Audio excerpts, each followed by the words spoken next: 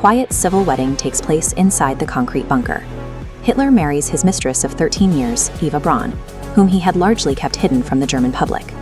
After a brief wedding breakfast, he immediately pivots from the ceremony and leaves his new wife to dictate his final personal and political testaments.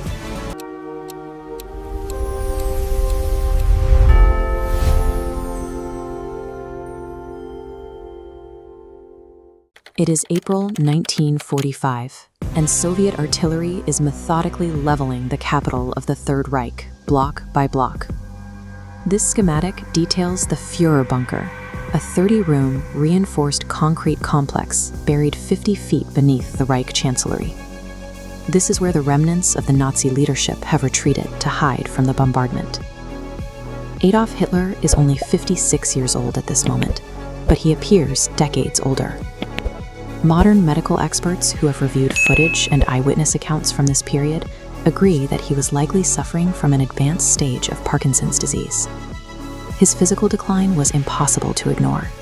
Observers noted a pronounced shuffling gait and a severe, uncontrollable tremor in his left hand, which he desperately tried to conceal behind his back or by gripping objects.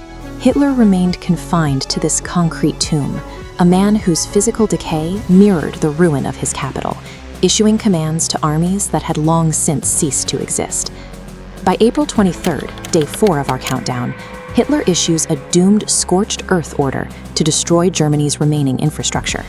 Instead of compliance, this triggers open political warfare within his inner circle. A telegram arrives from Reichsmarshal Hermann Göring, who has safely evacuated to southern Germany. Citing an old succession decree, Göring requests permission to take control of the collapsing state.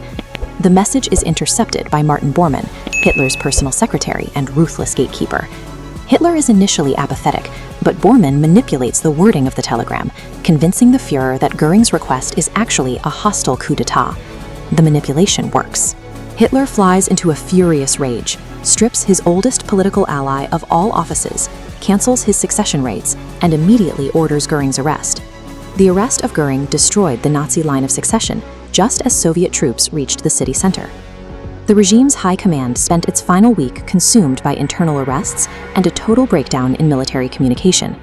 Between April 24th and 28th, Soviet troops completely encircle Berlin. Down in the bunker, Hitler clings to a persistent tactical delusion.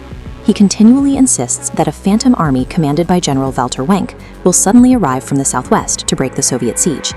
In reality, Wenck's forces have already been routed and pushed back. A rescue is mathematically impossible. The bunker delusion finally shatters on April 28th, when Hitler receives word of the execution of his fascist ally, Benito Mussolini. Learning that Italian partisans hung Mussolini upside down and allowed the public to desecrate his corpse terrifies Hitler.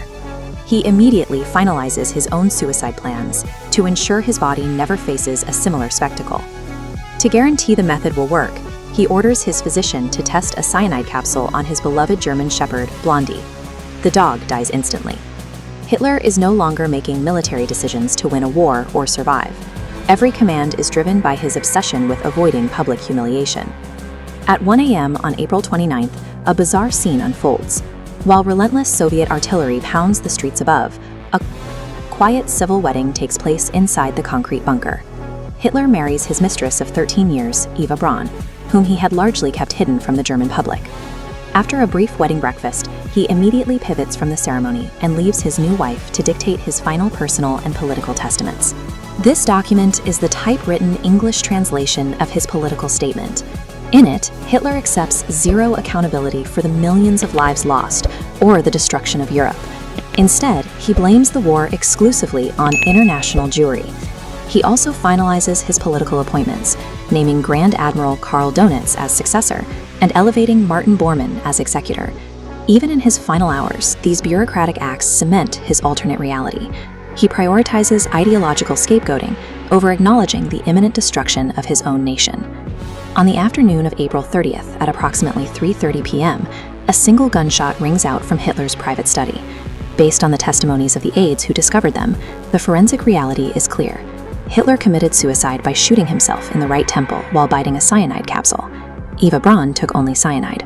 Following his strict instructions, aides carried the bodies upstairs to the Chancellery garden, doused them in gasoline, and hastily burned them inside a shallow artillery crater. 2 days later, on May 2nd, Soviet forces finally breach the defenses and capture the bunker complex. But instead of simply announcing the truth, Joseph Stalin immediately launches a deliberate Cold War disinformation campaign. The Soviet government begins spreading rumors that Hitler survived the siege and escaped to Spain or Argentina. Despite decades of Soviet obfuscation, tortured witness testimonies, and fabricated autopsy reports, surviving dental remains and meticulous research by Western scholars eventually proved the absolute certainty of the suicide in the bunker. The final 10 days in the bunker ended with the quiet suicide of a physically broken man, leaving behind a vacuum of evidence that the Soviet Union filled with decades of state-sponsored myth.